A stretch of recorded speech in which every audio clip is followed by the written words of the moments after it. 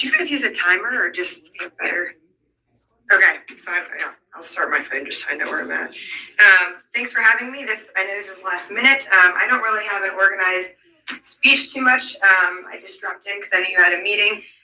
Going around to different townships. I'm from Jefferson Township. I'm a farmer there. My family's been there over 100 years. My other family members have the same farm. And I think for our township and neighboring ones, we have a really big concern about solar development coming in. I think all of PA and Ohio and North Carolina do, particularly a project in Jefferson Township that's going to be, that we know of, 1,500 acres. And they have also mentioned a few hundred acres of lithium-ion battery storage. We're really concerned about it because I think solar companies have a lot more resources to mobilize and act more quickly than our townships do here, especially the more agricultural ones. Not only do we not understand solar, we can't really get it in place, like how it's going to fit into our township to get the proper ordinances in place, and even understand it from a legal standpoint. So we're just very worried that we're going to be taken advantage of, like the North Carolina and Ohio communities. I've talked with probably 20 different township chairmen from all over the country. A lot of them are in Pennsylvania. Not any of them have anything good to say. They totally resent the solar development.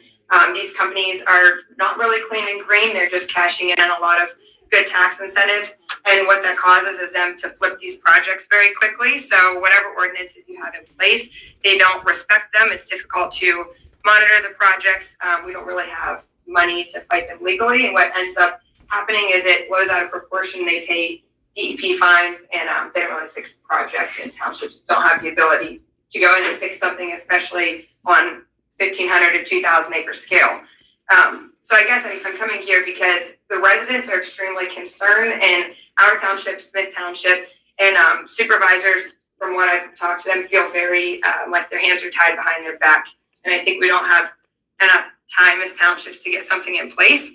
I came here because I love the county we live in, the townships we live in, and I see this on the horizon.